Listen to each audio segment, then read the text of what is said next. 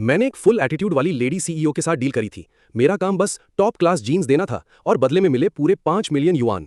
Baby होते ही पैसा clear और मुझे सीधा गायब हो जाना था। पर किस्मत भी क्या गेम खेलती है, एक नहीं पूरे ट्विंस निकले। डिलीवरी रूम के बाहर फुल हंगामा चल रहा था और मैं मौका देख के कम जोर से रोटे वाले छोटे ट्विन को उठा के पैसा लेके चुपचाप निकल लिया।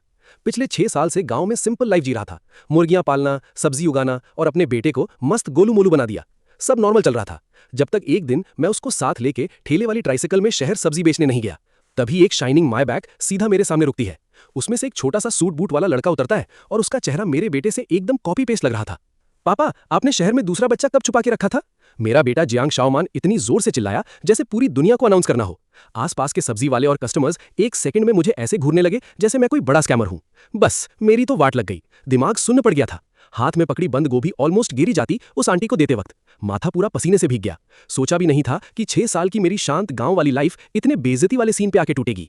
उस दिन सामने खड़ी माई बैग के पास वही सूट बूट और बोटाई पहना छोटा सा मिनी सीईओ हमें शौक में घूर रहा था। उसकी आंखों में क्यूरियोसिटी भी थी और थोड़ा डाउट भी, बिल्कुल मेरे बेटे जियांग शाओमान की तरह। तभी उसके पीछे वाली कार डोर धीरे से खुली। पहले ब्लैक सिल्क स्टॉकिंग्स में रैप्ड लंबी टांगे बाहर आईं। फिर वो चेहरा दिखा जो मेरी हड्डियों तक में बसा हुआ था। एक ऐसा चेहरा जो आज भी सपनों में आके मेरी नींद उड़ा देता है। किन बिंग। पूरे 6 साल बीत गए पर उसमें कुछ नहीं बदला। वही बर्फ जैसा ठंडा चेहरा, वही आंखें जो सीधा इंसान को फ्रीज कर दें। बस एक चीज अलग थी, उस हमेशा स्टोन जैसी एक्सप्रेशन वाली शक्ल पर पहली बार हल्का सा क्रैक दिखा। उसकी नजर सबसे पहले मिट्टी से भरे जियांग शाओवान के चेहरे पर जाके रुकी, उस बच्चे पर जो मेरी एग्जैक्ट फोटोकॉपी लग रहा था। फिर उसकी नजर धीरे से उस छोटे सूट वाले लड़के पर गई। दोनों बच्चे एकदम सेम फेस, बस फर्क इतना था कि एक फटी जींस में छोटे बंदर जैसा लग रहा था और दूसरा महंगा टेलर्ड सूट पहने बिल्कुल किसी प्रिंस की तरह। उस मोमेंट पे हवा तक जमसी गई। मेरा हार्ट बीट सीधा 180 क्रॉस कर गया। पापा, कुछ तो बोलो, आपकी शहर में सीक्रेटली दूसरी फैमिली भी है क्या? और गांव के कोने पे रहने वाली वांग दाहुआ को क्या जवाब दोगे? अबे चुप बदमाश, इसमें वांग दाहुआ का क्या लेना देना? वो तो गांव के मुखिया का कुत्ता है। मैं तुरंत जियांग शाओमान का मुंह दबा दिया और जबरदस्ती एक ऐसी स्माइल दी जो रोने से भी ज्यादा खतरनाक लग रही थी। बच्चा है जो दिमाग में आता है बोल देता है, बकवास कर रहा है बस। किन बिंग ने मेरी तरफ देखा तक नहीं। उसकी आंखें बिल्कुल सर्जिकल ब्लेड की तरह मुझे और जियांग शाओमान को ऊपर से नीचे तक स्कैन कर रही थी। पीछे खड़े 2 ब्लैक सूट वाले आदमी चुपचाप आगे बढ़े और हमें घेरने लगे। बस एक ही वर्ड दिमाग में फ्लैश हुआ, भाग। मैंने तुरंत अपनी ट्राइसिकल का थ्रॉटल घुमा दिया। मेरा पुराना साथी जो 6 साल से हर मुश्किल में मेरे साथ था, एक जबरदस्त गरज के साथ आगे कूद पड़ा। सब्जियों से भरी गाड़ी सीधा मार्केट के बीच रॉकेट बनके निकल गई। पकड़ो उसे, किन बिंग की ठंडी आवाज पीछे से गुंजी। साला, कभी माउंट अकीना का रेसिंग किंग बोला जाता था मुझे। मैंने थ्रॉटल फुल घुमा दिया। ट्राइसिकल मार्केट की तंग गलियों में ऐसे घुसी जैसे रेस चल रही हो। 2 फ्रूट स्टॉल्स उलट दिए, रस्ते में जो आया सब उड़ा दिया। बुड्जे वेंडर्स की गालियां, बॉडीगार्ड्स की चीखें, पूरा मार्केट बैटलफील्ड बन गया। पापा, आप तो मूवी हीरो निकले, जियांग शाओमैन मेरे हाथ में उछल के एक्साइटेडली चिल्लाया। हीरो गया भाड़ में, यहां जान बचा के भाग रहे हैं। पर आखिर में मेरी बेचारी ट्राइसिकल उनके नंबर्स के सामने टिक नहीं पाई। जैसे ही हम मार्केट से बाहर निकले, एक काली लैंड रोवर सीधा सामने आके रुक गई। एस्केप का पूरा रास्ता ब्लॉक। 2 बॉडीगार्ड्स दोनों साइड से आए और मुझे सूखे मुर्गे की तरह पकड़ के बाइक से खींच लिया। अगला सेकंड मैं मेबैक के बोनेट पे जोर से दबा हुआ था। गाल ठंडी मेटल पे चिपका हुआ। जियांग शाओमैन को भी एक बॉडीगार्ड ने उठा लिया, पर उस नलायक को डर बिल्कुल नहीं था। उल्टा वो सूट वाले लड़के को फनी फेसेस बना रहा था। किन बिंग अपनी हील्स की टक टक टक के साथ धीरे धीरे मेरी तरफ आई। हर स्टेप पे मेरी सांसें और फास्ट हो रही थी। जियांग जी, उसने बस मेरा नाम लिया। आवाज हल्की थी पर मेरी रीढ़ की हड्डी तक काम गई। मैंने मुश्किल से सर उठाया और चिपकू सी स्माइल मार दी। अरे बॉस किन, कितना कोइंसिडेंस है ना, आप भी क्या सब्जी लेने निकली हो? किन बिंग के होठों पे हल्का सा ट्विच आया पर उसने मेरी बात का जवाब नहीं दिया। वो झुक के बॉडीगार्ड की बाहों में बैठे जियांग शाओमैन को ध्यान से देखने लगी। धीरे से उसने हाथ बढ़ाया जैसे उसका चेहरा छूना चाहती हो, पर जियांग शाओमैन तुरंत पीछे हट गया और शक भरी नजरों से बोला, आप कौन हो? देखो मेरी स्टेप मॉम बनने का ट्राई मत करना, मेरे पापा ऑलरेडी वांग दे हुआ के हैं। मैं फिर बोल रहा हूं, वांग दे हुआ एक कुत्ता है। किन बिंग का हाथ हवा में ही रुक गया। उसने गहरी सांस ली और धीरे से सीधी खड़ी हो गई। फिर उसकी आंखें मुझ पे टिक गईं, ऐसी नजर जैसे वहीं पे काट के रख देगी। 6 साल पहले ट्विंस हुए थे, सही कहा ना? उसकी आवाज बहुत शांत थी, पर उस शांति के नीचे पूरा वोल्केनो उबल रहा था। मेरे कंधे पे दबा बॉडीगार्ड का हाथ और ज्यादा हैवी हो गया। सच बोलूं तो मरूं, झूठ बोलूं तो भी मरूं। तो मैंने सोचा बेवकूफ बनने का एक्टिंग ही बेस्ट है। मैं आंखें फाड़ के एकदम मासूम शॉक फेस बना लिया। ट्विंस, बॉस किन, आप क्या बोल रही हैं? मुझे तो कुछ समझ नहीं आ रहा। मैंने जियांग शाओमैन की तरफ पॉइंट किया और फुल इनोसेंट फेस बना लिया। ये मेरा भतीजा है, मेरे भाई और भाभी का एक्सीडेंट में देहांत हो गया था, तब से मैं ही इसे पाल रहा हूं। बहुत मुश्किल से बड़ा किया है। एक्टिंग को रियल बनाने के लिए 2 आंसू भी निकाल दिए। देखो ना कितना मेरे जैसा लगता है। कहते हैं ना भतीजा अपने चाचा पे ही जाता है। पर मेरी बात पूरी होने से पहले ही जियांग शाओमैन ने धोखा दे दिया। पापा, ये क्या उल्टी सीधी बकवास कर रहे हो? आपका भाई कब से आ गया? दादा दादी तो कब के मर चुके हैं। बस उस मोमेंट पे लगा जमीन फट जाए और मैं अंदर घुस जाऊं। इतना बड़ा गद्दार बेटा पैदा किया मैंने। तब किन बिंग ने एक फाइल मेरे सामने फेंकी। ये चेन शाओ का बर्थ सर्टिफिकेट है और उस साल के हॉस्पिटल रिकॉर्ड्स भी। वो मुझे ऐसी आंखों से घूर रही थी जैसे वहीं पे जिंदा छिल देगी। रिकॉर्ड्स के हिसाब से उस वक्त B नंबर वाला इंक्यूबेटर बेबी बर्थ के 3 घंटे बाद गायब हो गया था। मेरा दिल 1 सेकंड के लिए रुक गया। साला, मैं तब बहुत जल्दी में भागा था, एविडेंस मिटाना ही भूल गया। मैंने फिर भी एक्टिंग नहीं छोड़ी। अरे नहीं नहीं, ये तो कोइंसिडेंस होगा, पक्का कोइंसिडेंस। पर किन बिंग ने मेरी बकवास पे और 1 सेकंड वेस्ट नहीं किया। सीधा बॉडीगार्ड्स को ऑर्डर दे दिया, इन दोनों को यूनिंग मैनर ले जाओ और लॉयर जैंग को कांटेक्ट करो। मुझे तुरंत DNA टेस्ट चाहिए। जी बॉस किन। अगला सीन, मैं 2 गार्ड्स के बीच ऐसे बिठाया गया जैसे कोई डेंजरस क्रिमिनल हूं। मुझे धक्के मार के लैंड रोवर में घुसा दिया गया और जैंग शाओमान को भी मेरे बगल में फेंक दिया। पर उस बच्चे को टेंशन नाम की चीज ही नहीं थी। वो मजे से लेदर सीट्स दबा दबा के देख रहा था। पापा, ये गाड़ी आपकी ट्राइसिकल से ज्यादा कम्फी तो है, पर स्पीड उतनी मस्त नहीं है। स्पीड का क्या फायदा, पूरे रास्ते ट्रैफिक में ही तो अटके रहे। कॉन्वॉय सीधा सिटी के सबसे हाई क्लास एरिया युंडिंग मैनर में घुस गया। नाम सुन के ही समझ आ रहा था कि यहाँ घर नहीं, किडनी बिकती होगी। जैंग शाओमान को अंदर ले जाया गया। लिविंग रूम इतना बड़ा था कि उसमें छोटा मोटा स्पोर्ट्स टूर्नामेंट हो जाए। ऊपर लटका क्रिस्टल शैंडलियर आंखों में सीधा फ्लैश मार रहा था। अंदर घुसते ही जैंग शाओमान पागल हो गया। सीधा कारपेट पे लौटने लगा जैसे गांव का बच्चा पहली बार मॉल देख ले। किन बिंग मेन सोफा पे क्वीन की तरह बैठी थी। उसके पास किन चाओ नाम का वो सूट वाला लड़का चुपचाप टैबलेट पकड़ के बैठा था। पर बीच बीच में उसकी नजर जैंग शाओमान पे जा रही थी, जो फ्लोर पे कुत्ते की तरह भाव भाव कर रहा था। दोनों का डिफरेंस देख के लग रहा था एक प्रिंस है और दूसरा जंगल का बंदर। तब किन बिंग ने फाइनली मुंह खोला। जैंग जी, मैं तुम्हें एक लास्ट चांस दे रही हूँ। 6 साल पहले जो 5 मिलियन युआन लिए थे वो वापस करो। बच्चा यहीं छोड़ दो और फिर मेरी नजरों से हमेशा के लिए गायब हो जाओ। मेरा दिल एकदम से धक से रह गया। पैसा? वो 5 मिलियन तो कब का उड़ चुका था। गांव में घर बनाया, जमीन खरीदी, मुर्गे पाले और पिछले 6 साल में मेरा और जैंग शाओमान का खर्चा भी उसी से चला। अब बचा ही क्या था। पर असली बात पैसा नहीं थी। वो जैंग शाओमान को मुझसे अलग करना चाहती थी। मैंने अपने बेटे की तरफ देखा। वो बिना किसी टेंशन के कारपेट पे पागल की तरह दौड़ रहा था। हंसी रुक ही नहीं रही थी उसकी। ये वही बच्चा था जिसे मैंने 6 साल तक अपने खून पसीने से पाला था। मैंने गहरी सांस ली और जिंदगी में पहली बार किन बिंग की आंखों में सीधा देखा। बॉस किन, पैसा मैं किसी न किसी तरह वापस कर दूंगा, पर शाओमान मेरा बेटा है, तुम्हारा बेटा। किन बिंग ने मुझे ऐसे देखा जैसे मैंने दुनिया का सबसे बड़ा जोक बोल दिया हो। दुनिया का सबसे बड़ा जोक। किन बिंग ठंडी आवाज में बोली, कॉन्ट्रैक्ट भूल मत जाना, तुम बस एक जीन प्रोवाइडर थे। मैंने भी तुरंत गर्दन उठा के जवाब दिया, कॉन्ट्रैक्ट में ये भी तो नहीं लिखा था कि ट्विंस हुए तो क्या होगा। वैसे भी उस वक्त वो बच्चा इतना कमजोर था कि डॉक्टर्स बोल रहे थे शायद बच ही ना पाए। मैं ही उसे गांव ले गया था, चम्मच चम्मच राइस वाटर पिलाया, देसी नुस्खे लगाए, तब जाके उसकी जान बची। इस बार मैं झूठ नहीं बोल रहा था। जैंग शाओमान प्रीमेच्योर पैदा हुआ था, इतना छोटा और कमजोर कि उसकी रूह तक हल्की लगती थी। रोते वक्त आवाज भी बिल्ली के बच्चे जैसी आती थी। मैं उसे लेके भागा था, आधा पैसों के लिए, आधा इस डर से कि ये बर्फ जैसी ठंडी मां शायद उसे मरने के लिए छोड़ देगी। एक सेकंड के लिए किन बिंग का एक्सप्रेशन हल्का सा हिल गया, पर अगले ही पल वो फिर से वही आइस क्वीन बन गई।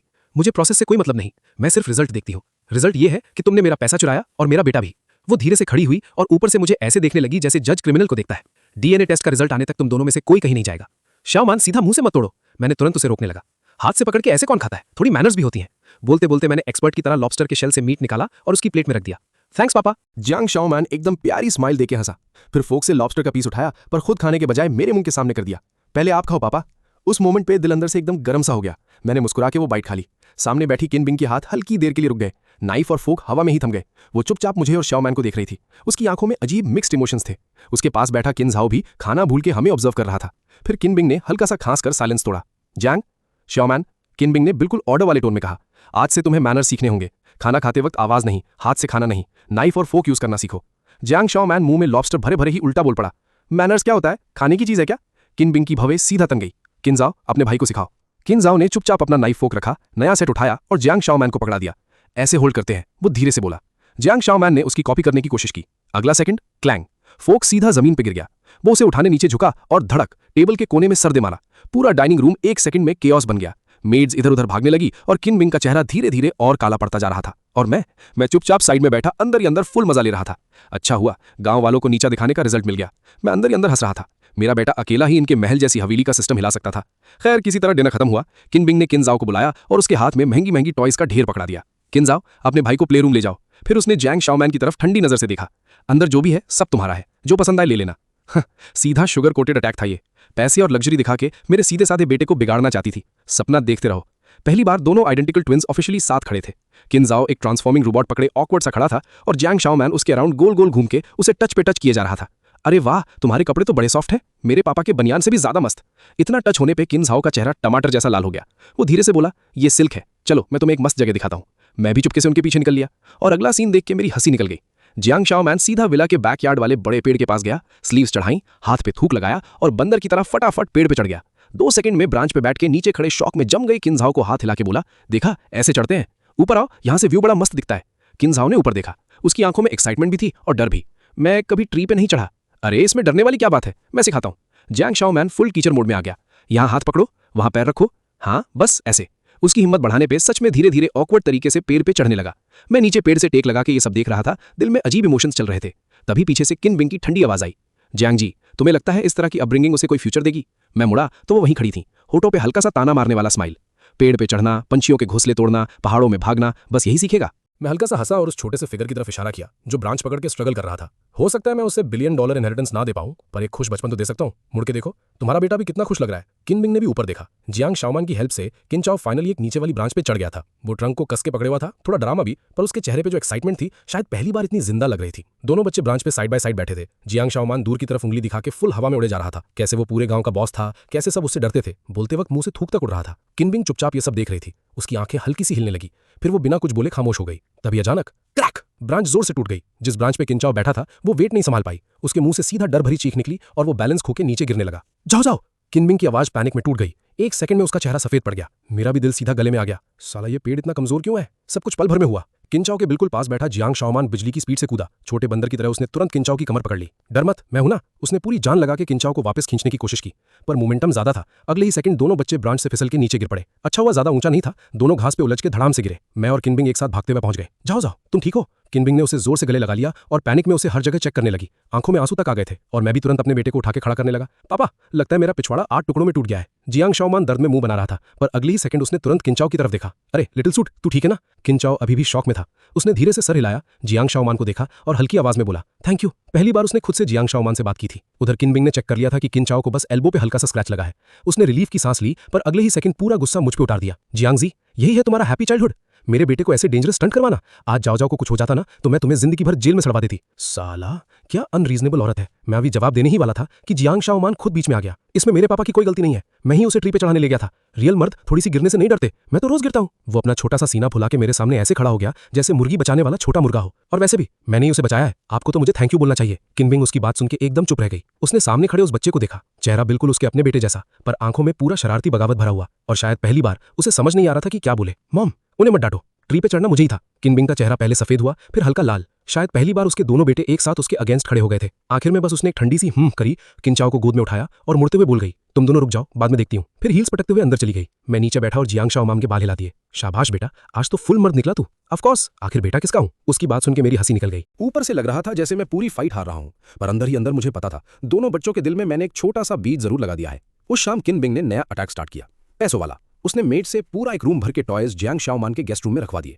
Remote control race cars, limited edition Lego castles, इतने टॉयज की छोटा पहाड़ लग रहा था। ये सब तुम्हारा है।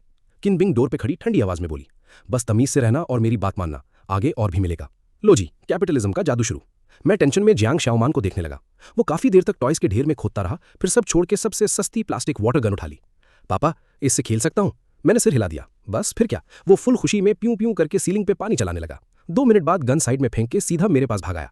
पापा, स्टोरी सुनाओ ना, वही वाली जब आपने गांव में जंगली सुअर को भगाया था। अरे भगाया क्या था, वो सुअर तो मुझे 3 किलोमीटर तक दौड़ाया था। पर मैंने गला साफ किया और हाथ पैर हिला हिला के फुल फिल्मी कहानी स्टार्ट कर दी। ये बोल के किनबिंग मुड़ गई और धीरे धीरे रूम से बाहर चली गई। उसकी पीछे जाती अकेली सी बैग देख के मेरे दिल का सारा एटीट्यूड 1 सेकंड में ठंडा पड़ गया। शायद ये औरत इतनी बुरी भी नहीं है, पर यह फीलिंग बस 3 सेकंड टिकी, क्योंकि अगले ही पल मुझे याद आया जियांग शाओमान 100% उसी का बेटा है। डीएनए रिपोर्ट आई मतलब मेरा गेम ओवर, सीधा कयामत। नहीं, ऐसे बैठ के मौत का वेट नहीं कर सकता मैं। अगली सुबह सुबह फैमिली डॉक्टर पूरा सामान लेके विला आ पहुंचा। मैं, जियांग शाओमान और किन्झाओ तीनों सोफा पे लाइन से बैठे ब्लड सैंपल देने का वेट कर रहे थे। किन्झाओ तो शायद आदत वाला बंदा था, सीधा ब्लैंक फेस के साथ अपना हाथ आगे कर दिया। पर जियांग शाओमान का तो ये फर्स्ट टाइम था। उसका चेहरा डर से बिल्कुल सफेद पड़ गया था। वो सीधा मेरी गर्दन पकड़ के चिपक गया। पापा, मुझे इंजेक्शन नहीं चाहिए, इंजेक्शन से लोग मर जाते हैं। अबे ड्रामा बंद करना लायक, वैक्सीन लगते वक्त सबसे ज्यादा हंगामा तू ही करता था। मैंने उसके सर पे हाथ फेर के समझाया, डर मत, बस मच्छर के काटने जैसा लगेगा, बिल्कुल दर्द नहीं होगा। सच में बिल्कुल दर्द नहीं होगा। मैं उसे प्यार से शांत करा रहा था, पर अंदर दिमाग 200 स्पीड पे दौड़ रहा था। मुझे सैंपल्स में कुछ गड़बड़ करनी पड़ेगी। मेरी नजर टेबल पे रखी ब्लड कलेक्शन वाइल्स पे टिक गई। डॉक्टर ने पहले किन्झाओ का ब्लड लिया, वो चुपचाप बैठा रहा, फिर कामली उठ गया। अब टर्न आया जियांग शाओमान का। बस फिर क्या, पूरा घर सर पे उठा लिया उसने। मुझे नहीं लगवाना।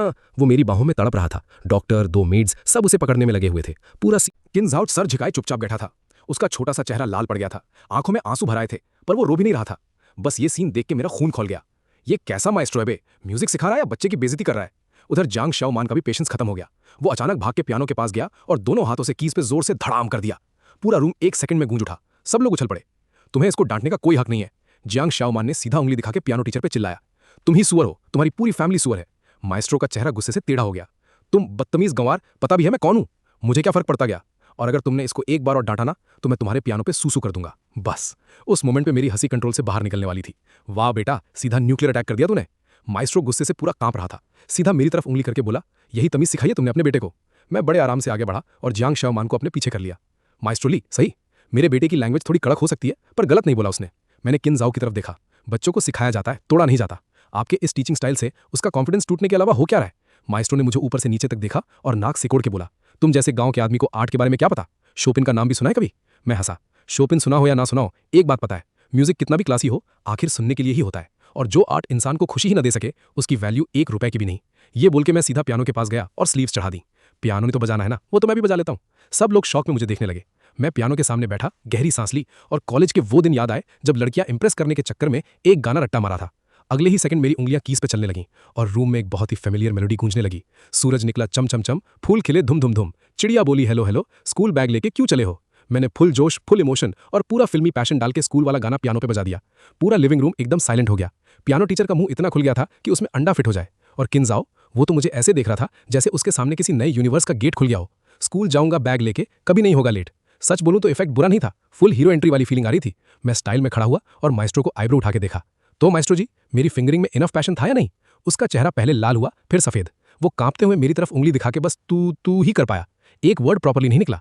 आखिर में उसने ड्रामा किंग की तरह स्लीव झटकी और गुस्से में बोला, घटिया, आर्ट की बेइज्जती है ये। फिर बैग उठाया और गुस्से में पैर पटकता हुआ निकल गया। जाते जाते लास्ट वार्निंग भी दे गया, सीईओ किन को मैं सब बताऊंगा। मैंने सीधा जवाब दिया, बता दो, कौन डरा है? जैसे ही वो गया, किन जाओ सीधा चमकती आंखों से मेरी तरफ देखने लगा। अंकल, आप बहुत अच्छा पियानो बजाते हो। मैं तुरंत चेस्ट फुला के खड़ा हो गया। ऑब्वियसली, सीखना है, मैं सिखा देता हूँ। किन जाओ की आंखें और चमक गईं। हाँ, मुझे सीखना है। और फिर पूरी दोपहर युनदिंग माउंटेन विला का क्लासी लिविंग रूम एकदम बच्चों के मेला में बदल गया। कभी दो दो शेर, कभी ट्विंकल ट्विंकल लिटिल स्टार, तो कभी मैं हूं छोटा पेंटर की धुन पूरे घर में गूंज रही थी। मैं पियानो बजा रहा था, जियांग श्योमान गाते गाते डांस कर रहा था और चिन साओ साइड में फुल एक्साइटमेंट से तालियां बजा रहा था। हम तीनों की खुशी बस इतनी सिंपल सी थी। शाम को जब चिन बिंग मीटिंग खत्म करके थकी हुई घर लौटी तो उसने यही सीन देखा। डोर पे खड़ी वो चुपचाप लिविंग रूम में हमें देखने लगी। 2 छोटे पागल और एक बड़ा पागल मिलकर पूरा घर सिर पे उठा रहे थे। उस मोमेंट पे शायद वो अपना गुस्सा भी भूल गई थी। मॉम, आप आ गई? चिन साओ एक्साइटमेंट में भाग के उसके पास गया। अंकल ने मुझे पियानो सिखाया, बहुत मजा आया। चिन बिंग वहीं फ्रीज हो गई। शायद पहली बार उसने चिन साओ को इतना खुल के हंसते देखा था। उसकी नजर धीरे से चिन साओ से हटी और मुझ पे आके रुक गई। और इस बार उन आंखों में सिर्फ बर्फ नहीं थी, थोड़ा कंफ्यूजन था, थोड़ी क्यूरियोसिटी भी। मैं अंदर ही अंदर हंसा। लो जी, आइसबर्ग पिघलना शुरू। मैंने उससे एक फुल स्मग स्माइल दे दी। पर मेरी खुशी एग्जैक्टली 2 सेकंड टिकी, क्योंकि अगले ही सेकंड उसका फोन बज गया। उसने कॉल उठाया और बस 2 लाइन सुनते ही उसका चेहरा काला पड़ गया। क्या? मिस्टर ली इतना गुस्सा होकर छोड़ के चला गया? और ये बच्चों वाले गाने बजाने का क्या मतलब था? ठीक है, समझ गई। कॉल कट करके उसने धीरे से मेरी तरफ देखा और जो नजर अभी थोड़ी गर्म हुई थी वो तुरंत फिर से माइनस टेम्परेचर पे चली गई। जांगजी, तुम्हारी हिम्मत तो काफी बढ़ गई है। मैं तुरंत हंसी दबाते हुए बोला, अरे इतनी तारीफ मत करो, दुनिया में बस तीसरे नंबर पे हूं। चिन बिंग ने गहरी सांस ली, क्लियरली अपना गुस्सा दबा रही थी। कल जियांग के स्कूल में फैमिली स्पोर्ट्स डे है, तुम जियांग श्योमान को लेकर साथ जाओगे। मैं तुरंत उछल पड़ा, मैं? क्यों? क्योंकि मैं उसकी मां हूं। वो एक सेकंड रुकी, फिर मुश्किल से बोली, और तुम दूसरे पेरेंट बन के जाओगे। लग रहा था फादर वर्ड बोलना उसके लिए जहर निगलने जैसा है। फिर उसने सीधा वार्निंग मोड ऑन कर दिया, और हाँ, तमीज से रहना, मेरे लिए कोई प्रॉब्लम क्रिएट मत करना, वरना कॉन्सिक्वेंसेस तुम जानते हो। वाह, क्या कॉम्बो है, पहले थप्पड़ फिर उससे बड़ा थप्पड़। एलीट स्कूल का पेरेंट्स स्पोर्ट्स डे, ये तो सीधा गांव के मुर्गे को रॉयल मोरॉन्स के बीच छोड़ने जैसा था। पब्लिक बेइज्जती का लाइव टेलीकास्ट। मैं अभी से कल का ह्यूमिलिएशन इमेजिन करके पसीना पसीना हो रहा था। अगले दिन हम चारों 2 गाड़ियों में बैठ के उस लेजेंडरी रॉयल किंडरगार्टन की तरफ निकल पड़े। स्कूल के गेट पे लग्जरी कार्स की लाइन लगी हुई थी। हर पेरेंट ऐसे रेडी था जैसे कैंस रेड कारपेट पे जा रहा हो। और जैसे ही चिन बिंग गाड़ी से उतरी, पूरा टेंशन सीधा उस पे चला गया और मैं उसके पीछे चल रहा था, बिल्कुल ऐसे जैसे कोई गरीब गिगोलो अपनी रिच शुगर मम्मी के साथ घूम रहा हो। उधर जियांग श्योमान और चिन झाओ हाथ पकड़ के इधर उधर एक्साइटेडली सब देख रहे थे, जैसे डिज्नीलैंड आ गए हो। स्पोर्ट्स डे जल्दी ही स्टार्ट हो गया। पहला इवेंट था 3 लेगेड रेस। मैं और जियांग श्योमान एक टीम, चिन बिंग और चिन झाओ दूसरी टीम। चलो पप्पा, पक्का फर्स्ट आएंगे। मैंने एक बार चिन बिंग की लिमिटेड एडिशन स्नीकर्स पे नजर डाली, फिर अपने सस्ते वाले शूज देखे जो मैंने रस्ते में इंपल्स में खरीदे थे। कॉन्फिडेंस हल्का सा हिल गया। बैंग, स्टार्टिंग गन बजते ही मैंने जोर से रिदम चिल्लाई, 1-2 1-2, और मैं और जियांग श्योमान रॉकेट की तरह भाग पड़े। सच में हम दोनों की ट्यूनिंग जबरदस्त थी। पूरे रेस में लीड पे चल रहे थे। बस फिनिश लाइन टच करने ही वाले थे कि सामने डिजास्टर हो गया। साइड लेन वाला एक मोटा सा पापा स्लिप हुआ और सीधा चिन बिंग और चिन झाओ की तरफ गिरने लगा। बच के! मेरी आंखें एकदम फैल गईं। सोचने का टाइम ही नहीं मिला। इंस्टिंक्ट से मैंने तुरंत पैर की बंधन वाली रोप तोड़ दी और तीर की तरह उनकी तरफ दौड़ा। पूरी जान लगा के मैंने चिन बिंग और चिन झाओ को जोर से साइड में धक्का दिया। दोनों घास पे गिर गए, पर सेफ थे, और मैं सीधा उस 200 किलो के मोटे अंकल के नीचे दब गया। मेरी बेचारी कमर, लग रहा था अंदर के सारे ऑर्गन्स मिक्सर में घुमा दिए किसी ने। आंखों के सामने तारे नाच रहे थे। पूरा फील्ड कियोस में चला गया। टीचर्स और स्टाफ भाग के आए और उस मोटे अंकल को मेरे ऊपर से उठाया। सर, आप ठीक हैं? मैं जमीन पे ऐसे पड़ा था जैसे रोड पे कुचला हुआ कुत्ता। काफी देर तक होश ही नहीं संभाला। उधर किन बिंग अपनी इमेज विमेज सब भूल के सीधा मेरे पास घुटनों पे बैठ गई। जियांग जी, तुम ठीक हो? उसकी आवाज में पहली बार असली पैनिक था। शायद उसे खुद भी रियलाइज नहीं हुआ। मैंने मुश्किल से सर उठाया और फोर्स्ड स्माइल दी। मैं ठीक हूं, अभी जिंदा हूं, बस लग रहा है जैसे टैंक ऊपर से निकल गया। तब तक जियांग शिया और किन जाओ भी रोते हुए मेरे पास भाग आए थे। पापा, अंकली! दोनों बच्चे रोते हुए मेरे ऊपर चिपक गए, एक लेफ्ट साइड एक राइट साइड। उन दोनों को ऐसे रोता देख के पता नहीं क्यों दिल अंदर से एकदम गर्म सा हो गया। लग रहा था कमर का दर्द भी आधा कम हो गया हो। Worth it. बिल्कुल लॉस नहीं था ये हीरो बन के ब्यूटी बचाने वाला स्टंट। उसके बाद मुझे स्ट्रेचर पे डाल के बिल्कुल इंजर्ड सोल्जर की तरह एम्बुलेंस में हॉस्पिटल ले जाया गया। काफी सारे चेकअप्स के बाद डॉक्टर ने फाइनली बोला सिर्फ लोअर बैक में सिवियर सॉफ्ट टिश्यू इंजरी है, हड्डी नहीं टूटी। बस ये सुन के मेरी जान में जान आई। मैं वीआईपी हॉस्पिटल रूम में लेटा हुआ नर्स की रॉयल सर्विस एंजॉय कर रहा था। तभी स्कूल का काम निपटा के किन बिंग भी वहां आ गई। वो बेड के पास खड़ी मुझे चुपचाप देखने लगी। एक्सप्रेशन काफी कॉम्प्लिकेटेड था। फिर धीरे से बोली थैंक यू। पहली बार उसने मुझे इतनी ऑनेस्टली थैंक्स बोला था। मैं तुरंत हीरो बनने के मूड में आ गया। स्मक मार के कूल पोज देने की कोशिश की और अगले ही सेकंड कमर में ऐसा झटका लगा कि मुंह टेढ़ा हो गया। साला। मैं दांत भींच के बोला बॉसकिन सिर्फ थैंक यू से काम नहीं चलेगा, ये वर्क प्लेस इंजरी है। Medical bill, salary loss, compensation, emotional damage सब कैलकुलेट करके पेमेंट करो। हाफ मजाक हाफ सीरियस मोड में पूरा बिल सुना दिया मैंने। किन बिंग ने मुझे घूर के देखा, पर इस बार उसके लिप्स के कोने पे हल्का सा स्माइल आ गया। तुम्हारा नुकसान नहीं होने दूंगी। वो एक सेकंड रुकी, फिर धीरे से बोली आज मेरी गलती थी, मुझे तुम्हें जबरदस्ती वहां नहीं ले जाना चाहिए था। वाह, तुम्हें सॉरी बोलना भी आता है। मैं बड़े स्टाइल में हाथ हिला के बोला चलो कोई नहीं, लाइफ एक्सपीरियंस समझ के माफ किया। तभी हॉस्पिटल रूम का डोर खुला। जियांग शाओमान और किन जाओ धीरे से अंदर झांकते हुए आए। हाथ में एक फ्रूट बास्केट था। क्लियरली किन बिंग ने ही खरीदा होगा। मैंने दोनों के छोटे छोटे सिर रब किए। तुम दोनों सेफ हो ना, बस वही काफी है। किन जाओ ने मेरी तरफ देखा, उसकी आंखें चमक रही थीं। पापा अभी भी दर्द हो रहा है? जियांग शाओमान बास्केट रख के सीधा मेरे बेड के पास भागा और ध्यान से पूछने लगा। किन जाओ भी धीरे से बोला अंकल सॉरी। उसने सिर झुका लिया। अरे पगलो, तुम दोनों की कोई गलती नहीं। अंकल आज आप बहुत ब्रेव थे। उसके बोलने से पहले ही जियांग शाओमान चेस्ट फुला के चिल्लाया ऑब्वियसली मेरे पापा सुपरमैन है। दोनों बच्चों की आंखों में जो रिस्पेक्ट और एडमिरेशन थी, उसके सामने मेरा सारा दर्द हवा हो गया। साइड में खड़ी किन बिंग चुपचाप हमें देख रही थी और पता नहीं कब उसकी आंखों की ठंडक धीरे धीरे नरम पड़ने लगी। अगले कुछ दिन मेरी लाइफ एकदम वीआईपी पेशेंट वाली हो गई। मैं बेड पे आराम करता, नर्स सर्विस लेती और रॉयल लेजी लाइफ एंजॉय करता। किन बिंग रोज हॉस्पिटल आती थी। ज्यादा बोलती नहीं थी, पर पहले जैसी कांटे वाली आइस क्वीन भी नहीं रही थी। और दोनों बच्चे तो मेरे पर्सनल लिटिल नर्सेस बन गए थे। जियांग शाओमान का काम था मुझे फालतू जोक सुना सुना के हंसाना। किन जाओ का काम था सॉफ्ट आवाज में स्टोरी बुक्स पढ़ के सुनाना। उस दिन भी किन जाओ धीरे धीरे स्टोरी पढ़ रहा था और मैं मजे से सुन रहा था कि तभी धड़ाम, हॉस्पिटल रूम का डोर खुला। एक सूट पहना हुआ आदमी अंदर घुसा जिसे मैं पहचानता भी नहीं था। उसके पीछे 4-5 रिपोर्टर्स कैमरास लेके अंदर घुसाए। बड़े बड़े लेंसेस सीधा मेरे मुंह पे टिक गए। अंदर आते ही वो आदमी जोर से चिल्लाया मैंने सुना है आपने चुपके से बच्चे पैदा किए हैं और उनके फादर को हॉस्पिटल में छुपा रखा है, क्या ये सच है? Flash flash flash. कैमरास की लाइट्स बिना रुके चमकने लगी। मैं तो एक सेकंड के लिए पूरा स्टन हो गया। किन बिंग का चेहरा तुरंत बदल दिया। वो सीधा मेरे और दोनों बच्चों के सामने आके खड़ी हो गई, बिल्कुल शील्ड की तरह। तुम लोग हो कौन? किसने अंदर आने दिया? सिक्योरिटी कहां मर गई है? लीड वाला आदमी बस स्लाई स्माइल देके बोला अरे बॉस किन, इतना टेंस क्यों हो रही हैं? हम बस एक छोटी सी बात कंफर्म करना चाहते हैं। उसने सीधा कैमरा मेरे मुंह पे तान दिया। ये जेंटलमैन ही बच्चों के फादर है राइट? और ये दोनों बच्चे किन जाओ और जियांग शाओमान आपके ट्विन सन्स हैं? मेरे दिमाग में तुरंत बेल बज गई। साला, ये सीधा ट्रैप है। कोई बिजनेस राइवल किन बिंग पे वार कर रहा था। स्कैंडल बना के उसकी कंपनी को नीचे गिराना चाहते थे। किन बिंग गुस्से से लिटरली कांप रही थी, पर बच्चों को बचाने के लिए वो बस हमें पीछे शील्ड करती रही। उधर रिपोर्टर्स और भी अग्रेसिवली आगे घुसने लगे। बॉस किन प्लीज जवाब दीजिए, आपका इस आदमी के साथ क्या रिलेशनशिप है और बच्चों की आइडेंटिटी कब पब्लिक करने वाली है? रिपोर्टर्स सीधा हॉस्पिटल बेड की तरफ घुसने लगे। बस वही मोमेंट पे मैंने डिसीजन ले लिया। मैं एकदम से बेड से उछल के खड़ा हो गया। कमर में ऐसी बिजली सी दर्द उठी कि आंखों के सामने अंधेरा आ गया, पर मैंने इग्नोर कर दिया। सीधा साइड टेबल से पानी का जग उठाया और रिपोर्टर्स पे झाप दिया। साले क्या शूट कर रहे हो तुम लोग? छपाक, गर्म पानी सीधा उनके कैमरास और मुंह पे गिरा। चिन बिंग भी शॉक में मुझे घूरने लगी। जंप डाउन, ये 3rd फ्लोर है। अरे 3rd फ्लोर क्या होता है? उसी बीच मैंने चिन बिंग और दोनों बच्चों को अपनी तरफ खींच के विंडो की तरफ उंगली करी और जोर से चिल्लाया झुक जाओ जल्दी, मैं कवर करता हूं। मेरा ये फुल हीरो वाला मूव देख के सब लिटरली फ्रीज हो गए। मैंने लाइफ में मैक्स 2nd फ्लोर से जंप मारा था और उसमें भी पैर मुड़ गया था, पर अब एक्टिंग जरूरी थी। मैंने बेडशीट का एक एंड रेडिएटर पाइप पे टाइट बांधा और दूसरा सीधा खिड़की के बाहर फेंक दिया। मैं पीछे संभाल लूंगा। मैंने चिन बिंग और दोनों बच्चों को विंडो की तरफ धक्का दिया और बोला बेडशीट पकड़ के नीचे स्लाइड करो। चिन बिंग 1 सेकंड को हिचकिचाई, पर बाहर रिपोर्टर्स और बढ़ते देख उसने दांत भींच लिए। उसने चिन जाओ को पकड़ा और सबसे पहले खिड़की से नीचे उतर गई। हमारे गांव में तो मैं 5th फ्लोर से कूद चुका हूं, पूरे झूठ। मैं बेड की चादर खींच खींच के रोप बनाने लगा और मशीन गन की स्पीड में बक चालू कर दी। उसके पीछे जांग शाओमान भी फुल एक्साइटमेंट में बंदर की तरफ फिसल गया। पापा नीचे मिलते हैं। साला, इसको तो एडवेंचर पार्क लग रहा था। मैं लास्ट में चिन बिंग को सेफली नीचे पहुंचते देख के थोड़ा रिलैक्स हुआ। फिर मुड़ के रिपोर्टर्स की तरफ देखा और एक फुल चैलेंज वाला स्माइल दिया। चलो भाई, अब दिखाता हूं गांव वाला एक्शन। मैंने पिलो उठा के फेंका, जो हाथ में आया सब उन पर बरसा दिया। रिपोर्टर्स फिर से केओस में फंस गए। कैमरास बचाओ, सर बचाओ, पूरा रूम सर्कस बन गया। जब इनफ हंगामा हो गया तब मैंने बेडशीट पकड़ी और हीरो की तरह खिड़की से जंप मारा। बस लैंडिंग थोड़ी हीरो वाली नहीं हुई, धड़ाम। मेरा पिछवाड़ा और जमीन फिर से फुल इमोशनल रियूनियन कर बैठे। पहले से कमर खराब थी, अब बट भी गया। Double combo damage. किन बिंग तुरंत भाग के मेरे पास आई और मुझे उठाया। तुम पागल हो क्या? उसकी आवाज में टेंशन क्लियर थी, आंखें तक लाल हो गई थी। ड्रामा बंद करो, पहले यूनडिंग विना पहुंचते पहुंचते सबकी हालत खराब थी।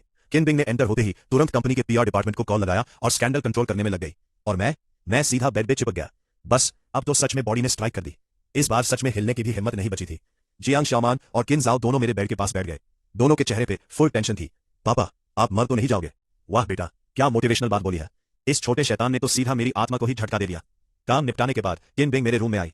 उसने सबको बाहर भेज दिया। अब रूम में सिर्फ हम दोनों थे। जांग जी, उसकी आवाज पहले से काफी हल्की थी। आज तुमने ऐसा क्यों किया? मैंने क्या किया? मैं सीधा अनजान बन गया। अरे वो तो सेल्फ डिफेंस था, तुम भी जानती हो। चिन बिंग ने धीरे से सिर हिलाया। मैं उसके बारे में नहीं पूछ रही। वो चल के बेड के पास आई और धीरे से बैठ गई। तुम इजीली हमें छोड़ के निकल सकते थे, फिर अपनी जान रिस्क में डाल के हमें बचाया क्यों? मैं उससे कुछ सेकंड चुपचाप देखता रहा। लाइट के नीचे उसका चेहरा पहली बार बिल्कुल बिना मास्क के लग रहा था। थकन थी, कंफ्यूजन थी, और वो यूजुअल आइस क्वीन वाली ठंडक ऑलमोस्ट गायब थी। उस मोमेंट पे वो कोई कोल्ड सीईओ नहीं लग रही थी, बस एक नॉर्मल औरत जो सच में परेशान थी। मैं थोड़ी देर चुप रहा, फिर धीरे से बोला, मैंने ये सब तुम्हारे लिए नहीं किया।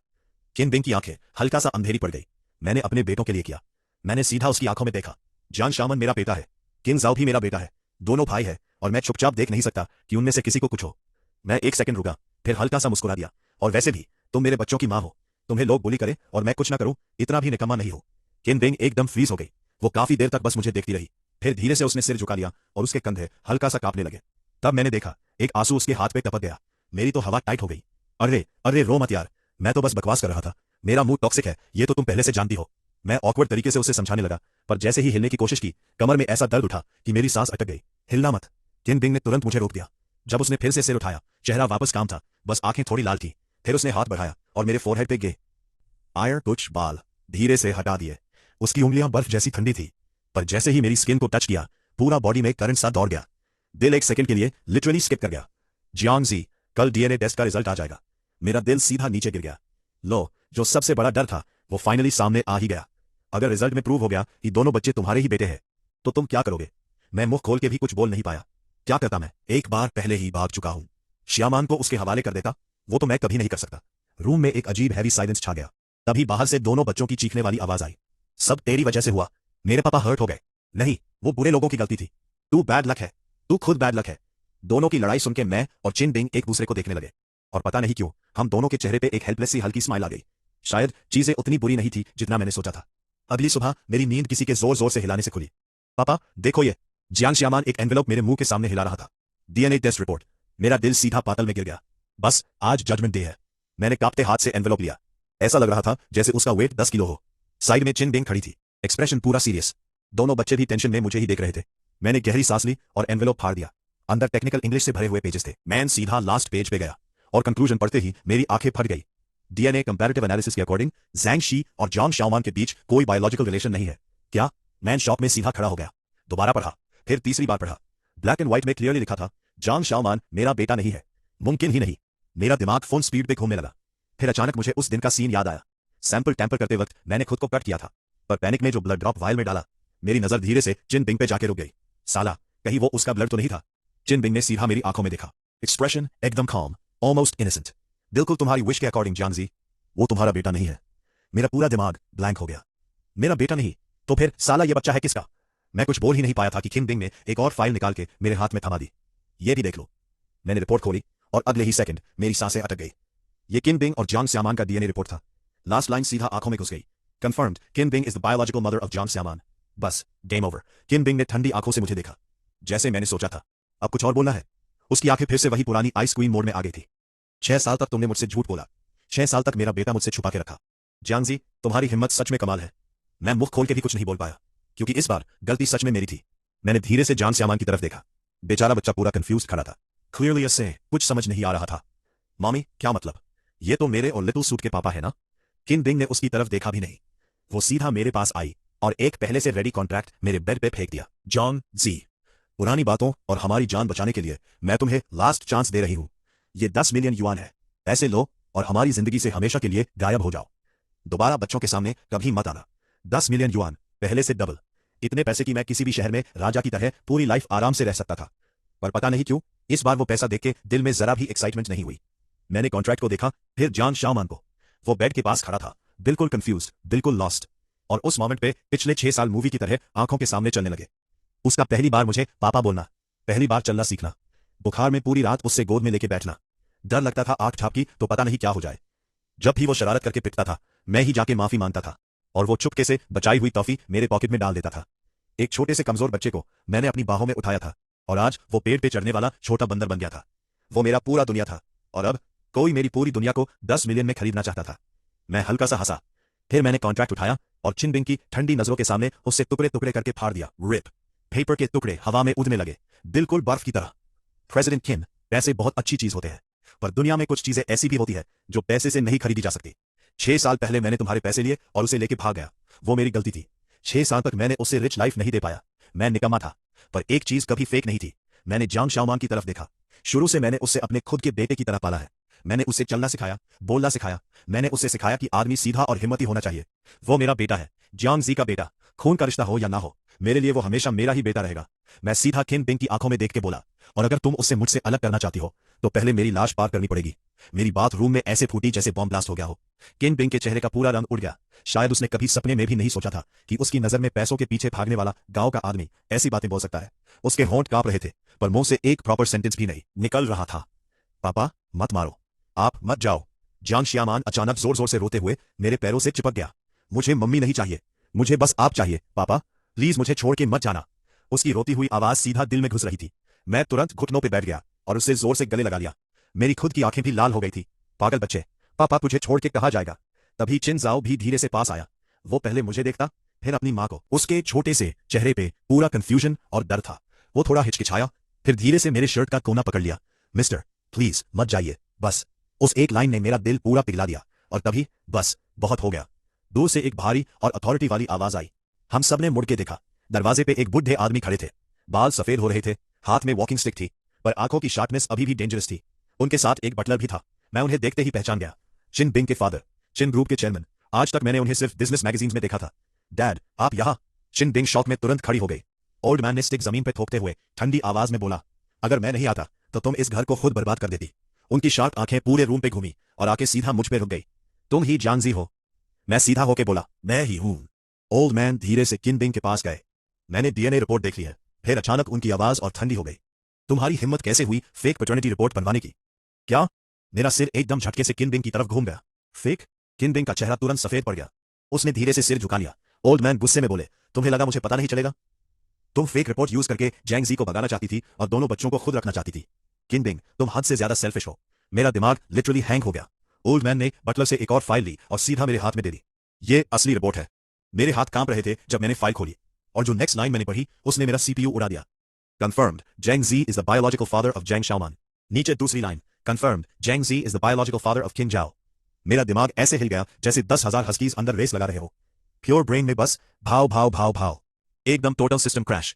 ये औरत तो। मैं गुस्से में किन बिंग की तरफ उंगली दिखाता रह गया। इतना शौक था कि प्रॉपर गाली भी नहीं निकल रही थी। तुम आखिर चाहती क्या हो? पहले फेक रिपोर्ट बना के बोल दिया शाओमान मेरा बेटा नहीं है, फिर पैसे देके मुझे खरीदने की कोशिश की, और अब मैं बस। किन बिंग ने फाइनली धीरे से बोलना शुरू किया, मैं बस तुम्हें टेस्ट करना चाहती थी। मैं देखना चाहती थी तुम्हारे दिल में ज्यादा इंपॉर्टेंट क्या है, पैसे या बच्चे। उसने आंखें नीचे कर ली। 6 साल पहले तुम पैसे के लिए सब छोड़ के चले गए थे। मुझे डर था कहीं तुम दोबारा भी वही ना करो। मैं एकदम चुप हो गया। साला, तो ये सब उसका टेस्ट था? मैं इरिटेटेड होकर बोला, तो मैडम किन, रिजल्ट मिल गया आपको? किन बिंग ने कुछ नहीं बोला, पर उसकी लाल आंखें सब जवाब दे रही थी। रूम में थोड़ी देर ऑकवर्ड साइलेंस छा गई। तभी ओल्ड मास्टर किन ने स्टिक ठोक के बोला, पुरानी बातें यही खत्म। अब सबसे इंपॉर्टेंट बात बच्चे है। उन्होंने पहले मुझे देखा, फिर चिन बिंग को। तुम दोनों इन बच्चों के असली माँ बाप हो। किसी एक को भी हक नहीं है दूसरे से उनका रिश्ता छीनने का। मेरा सजेशन है, ओल्ड मास्टर चिन ने स्टिक पे हाथ रखते हुए कामली बोला, तुम दोनों शादी कर लो। व्हाट? मैं और चिन बिंग एक साथ ऐसे चिल्लाए जैसे किसी ने बॉम्ब फोड़ दिया हो। शादी? मैं और ये? मेरा दिमाग घूम गया। ये कौन सा मल्टीवर्स चल रहा था भाई? ये बुद्धा तो मुझसे भी बड़ा सपने देखने वाला निकला। चिन बिंग तुरंत फट पड़ी, आप क्या बकवास कर रहे हो? मैं और ये आदमी? इम्पॉसिबल। मैं भी तुरंत बीच में कूद पड़ा। बिल्कुल, मैं गांव की फ्री लाइफ जीने वाला आदमी हूं। पूरी जिंदगी किसी वॉकिंग आइसबर्ग के साथ नहीं रह सकता। चिन बिंग की आंखें तुरंत डेंजरस हो गई। किसको वॉकिंग आइसबर्ग बोला तुमने? मैं सीधा बोला, जिसको फिक बैठ रहा है उसको। और बस हम दोनों फिर से एक दूसरे का गला पकड़ने मोड में आ गए। बस। ओल्ड मास्टर जिन ने स्टिक जोर से पटकी। तुम दोनों चुप। तुम्हें लगता है मुझे बहुत शौक है ये सब करवाने का? अगर मेरे 2 प्यारे ग्रैंडसन्स ना होते तो मुझे तुम दोनों से कोई मतलब नहीं होता। फिर उन्होंने दोनों बच्चों की तरफ इशारा किया। एक बार इनसे पूछ लो, क्या ये कंप्लीट फैमिली नहीं चाहते? क्या ये नहीं चाहते कि उनके मम्मी पापा साथ रहे? दोनों बच्चे एक दूसरे को देखने लगे, फिर एक साथ हल्का सा सिर हिला दिया। और जियांग शाओमान तो फुल डायरेक्ट निकला, मुझे चाहिए, मुझे पापा और मम्मी दोनों साथ चाहिए। जिन जाओ भी धीरे से बोला, मुझे भी यही चाहिए। बस हम दोनों को ऑफिशियली इन 2 छोटे गद्दारों ने बेच दिया था। मैं और जिनबिंग दोनों एकदम स्पीचलेस खादे रह गए। ओल्ड मास्टर चिन ने सीधा फाइनल वर्डिक्ट सुना दिया।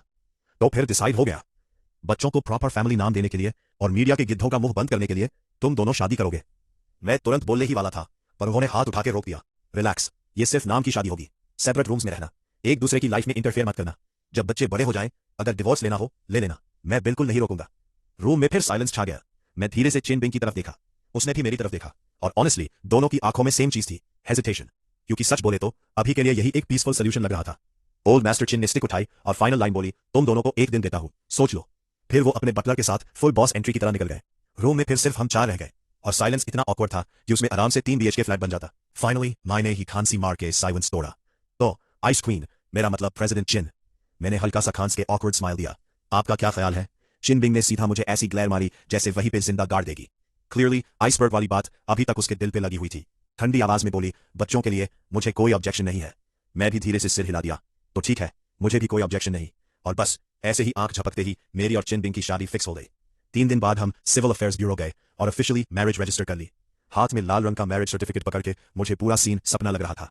6 साल पहले मैंने पैसे के लिए खुद को बेचा था, और अब अपने बेटों के लिए शादी कर रहा हूं। लाइफ सच में फुल ड्रामा सीरियल है। नई फैमिली सेलिब्रेट करने के लिए मैंने डिसाइड किया कि आज किचन में अपना असली टैलेंट दिखाता हूं। शेफ हेल्प करने आया भी, पर मैंने हीरो स्टाइल में हाथ हिला दिया। आज किचन मेरा है। पापा पापा, जान स्यामान मुझसे लिटरली लार ठापकाते हुए भागा आया। क्या टेस्टी चीज बना रहे हो? मैंने चेस्ट फूला के बोला, आज तुम दोनों को पापा की स्पेशल डिश खिलाऊंगा, क्ले पॉट ब्रेज्ड चिकन। मैं गांव से अपना आधा साल पला हुआ बड़ा मुर्गा निकाल के फुल प्रिपरेशन में लग गया। साइड में किन जाओ और किन बिंग दोनों सेफ डिस्टेंस बना के खड़े थे। क्लियरली उन्होंने ऐसा देसी कुकिंग सीन पहली बार देखा था। आधा घंटा बाद किचन से ऐसी खतरनाक खुशबू आनी शुरू हुई कि पूरा विला में फ्रेग्रेंस बॉम्ब फूट गया। मैं गर्मा गर्म मिट्टी के बर्तन वाली चिकन करी लेके डाइनिंग टेबल पे आया। पॉट के साइज पे मक्की की रोटी चिपकी हुई थी, ऊपर से स्टीम निकल रही थी। जान शाओमान की आंखें तो सीधा चमक उठी। वाह पापा, ये तो होटल से भी ज्यादा डेंजरस लग रहा है। आओ भाई, अब टेस्ट करो तुम्हारे पापा का असली टैलेंट। जियांग शाओमान तो पहले ही अटैक मोड में चला गया। उसने मक्की की रोटी का टुकड़ा तोड़ा, ग्रेवी में डुबोया और सीधा मुंह में ठोस लिया। अगले सेकंड उसका पूरा फेस तेल और ग्रेवी से चमकने लगा। वाह पापा, ये तो बहुत ज्यादा टेस्टी है। मेन फुल प्राउड मोड में आ गया। मेन एक बड़ी चिकन लेग उठा के चिन जाओ के बोल में रखी। आओ सियाओ जाओ, तुम भी ट्राई करो। चिन जाओ ने बड़े केयरफुली एक बाइट लिया, और बस उसकी आंखें लिटरली बल्ब की तरह चमक उठी। ये अमेजिंग है। मैं तुरंत स्मग फेस बना के चिन बिंग की तरफ मुड़ गया। तो प्रेसिडेंट चिन, आपका रॉयल रिव्यू मिलेगा? चिन बिंग थोड़ी देर हेजिटेट करती रही, फिर फाइनली चॉपस्टिक्स उठाई और चिकन का एक छोटा सा पीस लिया। बिल्कुल एलिगेंट CEO स्टाइल में उसने बाइट लिया, और नेक्स्ट सेकंड फ्रीज, पूरा फ्रीज। मैं अंदर ही अंदर हंस रहा था। मैडम को सिस्टम रीबूट लग गया। वो कुछ बोली नहीं, बस एक और पीस उठाया, फिर एक और, और देखते ही देखते आधा पॉट तो मैडम चिन ने अकेली फिनिश कर दिया। मैं साइड में बैठ के ग्रिन मार रहा था। वाह, मुंह से नो नो पर बॉडी फुल यस यस बोल रही है। डिनर के बाद भी हमारी फैमिली का एटमॉस्फेयर थोड़ा अजीब सा था। हम चारों लिविंग रूम में टीवी देख रहे थे। मैं सोफा पे बीच में बैठा था, और दोनों बंदार जान श्याओमान और किन जाओ मेरे दोनों साइड चिपक के थोड़ी दूर सिंगल सोफा पे किन बिंग बैठी थी। हाथ में फाइनेंशियल मैगजीन था, फुल CEO मोड। पर असली सीन ये था कि मैडम का ध्यान मैगजीन में कम और हम पे ज्यादा था। टीवी पे कॉमेडी चल रही थी, मैं और दोनों बच्चे पेट पकड़ के हंस रहे थे। कुछ देर बाद मैंने साइड ग्लांस मारा और देखा किन बिंग के लिप्स के कॉर्नर्स भी हल्का सा ऊपर उठ गए थे। मैडम स्माइल कर रही थी, बस थोड़ा सा पर कर रही थी। उस मोमेंट पे विंडो से मून लाइट उसके फेस पे पड़ रही थी, और पता नहीं क्यों उस वक्त मुझे लगा शायद ये आइसबर्ग उतनी ठंडी भी नहीं है। उसके बाद हमारी कॉन्ट्रैक्ट मैरिज वाली लाइफ ऑफिशियली स्टार्ट हो गई, और भाई साहब ऑकवर्ड मोमेंट्स और अजीब केमिस्ट्री का फुल कॉम्बो पैक निकला। मैं जियांग जी, जो कल तक गांव में मुर्गे पाल रहा था, आज किन ग्रुप की CEO का लिव इन हस्बैंड बन गया था। लाइफ ने सीधा इम्पॉसिबल डिफिकल्टी पे गेम चालू कर दिया था। वैसे हस्बैंड के नाम पे मेरा मेन काम सिंपल था, बच्चों का फुल टाइम केयरटेकर बनना। किन बिंग अभी भी वही पुरानी वर्कaholic मशीन थी। सुबह जल्दी ऑफिस, रात को लेट रिटर्न। बस एक चीज धीरे धीरे चेंज होने लगी थी। पहले वो ऑफिस छोड़ने वाली लास्ट इंसान होती थी, अब पता नहीं क्यों वो रोज थोड़ा जल्दी घर आने लगी थी। अब सीन धीरे धीरे सेटल हो गया था, और लाइफ एक वियर्ड बट वार्म रिदम में चलने लगी थी। अब किन बिंग भी अननेसेसरी मीटिंग्स और सोशल इवेंट्स को पोलाइटली रिफ्यूज करने लगी थी। रीजन सिंपल था, घर में अब 3 लोग उसका वेट कर रहे थे डिनर के लिए, और पता नहीं क्यों ये बात उसके लिए इंपॉर्टेंट होने लगी थी। मुझे भी अपनी नई आइडेंटिटी मिल गई थी, full time stay at home dad. और भाई, मेरी कुकिंग स्किल्स ने तो लिटरली घर में डोमिनेंस एस्टैब्लिश कर लिया था। हर मील पे मैंने अपना गॉड डेयर कुकिंग डिस्प्ले करता था, और सबसे ज्यादा रेजिस्टेंस वाली इंसान मैडम खिन ही थी। बहुत ऑयली है, हेल्दी नहीं है, ऐसे कंप्लेंट्स रेगुलरली आती थी, पर प्लेट जब साफ होती थी तो सबसे ज्यादा उसी की होती थी। Silent victory. धीरे धीरे दोनों बच्चों का रिलेशनशिप भी स्ट्रांग होता गया। जियांग शाओमान पूरा एनर्जी बॉम्ब था, और किन जाओ एकदम काम इंटेलिजेंट टाइप। एक chaos, एक डिसिप्लिन, परफेक्ट कॉम्बो। स्कूल में अगर किसी ने किन जाओ को तांग किया तो जियांग शाओमान सबसे पहले उसके सामने शील्ड बन के खड़ा होता था। तू मेरे भाई को छेड़ता है? और दूसरी साइड रात को होमवर्क टाइम पे किन जाओ स्ट्रिक्ट ट्यूटर मोड में आ जाता था। ये गलत है, वापस लिखो, स्टोरी रीड करो प्रॉपर्ली। और जॉन शाओमान, बॉस, थोड़ा रिलैक्स करना। एक हाइपर रैबिट और एक क्वाइट लिटिल प्रोफेसर, पर सरप्राइजिंगली दोनों एकदम स्मूथली चल रहे थे। आज चिन ग्रुप का एनिवर्सरी गैला था और नेचुरली प्रेसिडेंट किन के फैमिली मेंबर होने के नाते मुझे भी फोर्सिबली ड्रैग किया गया था। मैं एक रेंटेड हाई एंड सूट पहने खड़ा था और ऑनेस्टली पूरा सीन में एकदम मिसप्लेस फील हो रहा था। ऐसा लग रहा था जैसे कोई हस्की सीधा स्वान पार्टी में घुस आया हो। इधर चमक दमक, डिजाइनर गाउन्स, लग्जरी वॉचेस और मैं बस ऑकवर्ड स्माइल के साथ खड़ा था। फिर एंट्री हुई किन बिंग की। सिल्वर इवनिंग गाउन में वो लिटरली क्वीन जैसी लग रही थी। हर स्टेप पे कॉन्फिडेंस, हर नजर पे कंट्रोल। उसने कैजुअली मेरा आर्म पकड़ा और मुझे क्राउड के बीच ले गई। Business tycoons, investors, big names सब लाइन में खड़े थे और हर इंट्रोडक्शन पे वो बोल रही थी, ये मेरे हस्बैंड है जियांगजी। बस ये लाइन, और मैं फील कर सकता था हर तरफ से आंखों की वेव्स आ रही है। एडमिरेशन, जेलसी और थोड़ा सा ये कैसे वाला जजमेंट भी। मैं अंदर ही अंदर इरिटेटेड हो गया। भाई इतना मत घुरो, तुम लोग तो ट्राई भी करो तब भी किन फैमिली का केटमान बनने का चांस नहीं मिलेगा। बैंक्वेट के बीच में एक well dressed pretty boy type आदमी आया, हाथ में वाइन ग्लास लिए हुए। उसका नाम वांग था, राइवल कंपनी का सीईओ, वही जिसने हॉस्पिटल वाला मीडिया ड्रामा भी प्लान किया था। वो मुस्कुराया पर उस स्माइल में पॉइजन था। सीईओ किन, लॉन्ग टाइम नो सी। आज आप और भी रेडियंट लग रही हैं। फिर उसकी नजर मुझ पे गई। और ये जरूर मिस्टर जैंग होंगे, राइट? काफी फेमस हो आप। Truly a man of great talent. Sarcasm इतना हैवी था कि ब्लाइंड आदमी भी समझ जाए। किन बिंग का फेस इंस्टेंटली आइस कोल्ड हो गया। वो बोलने ही वाली थी पर मैंने उसका हाथ हल्का सा पकड़ लिया और फुल स्माइल के साथ आगे बढ़ गया। वैंग, राइट? मैं भी आपके बारे में काफी सुना है। सुनने में आया है आपकी कंपनी थोड़ी स्ट्रगल कर रही है आजकल, पर कोई बात नहीं, बिजनेस में अप्स एंड डाउन्स तो होते रहते हैं। मैंने थोड़ा सा पास झुक के चिन बिंग को वेस्ट से होल्ड किया और डिलिबरेटली स्वीट टोन में बोला, अनलाइक मी, मेरा तो जैकपॉट लग गया, एक ग्रेट वाइफ मिल गई, अब पूरी लाइफ टेंशन फ्री है। फिर मैं उसकी कान के पास हल्का सा झुक के बोला, right honey, isn't that true? Chin Bing का पूरा बॉडी मोमेंटरली स्टिफ हो गया, पर फिर भी उसने प्रोफेशनल कंट्रोल मेंटेन किया और एक छोटा सा नॉड दे दिया। सीईओ वैंग का फेस एकदम डार्क हो गया। मेरी बात सुन के उसका ईगो ऐसे हिट हुआ जैसे सीधा टारगेट पे हेडशॉट लग गया हो। मैं जो आउटवर्डली बस वाइफ पे डिपेंड वाला एटीट्यूड दिखा रहा था, वो एक्चुअली एक डबल लेयर इंसल्ट था। एक तरफ उसकी कंपनी की सिचुएशन का ताना और दूसरी तरफ पब्लिक में ह्यूमिलिएशन। बंदा लिटरली स्पीचलेस हो गया।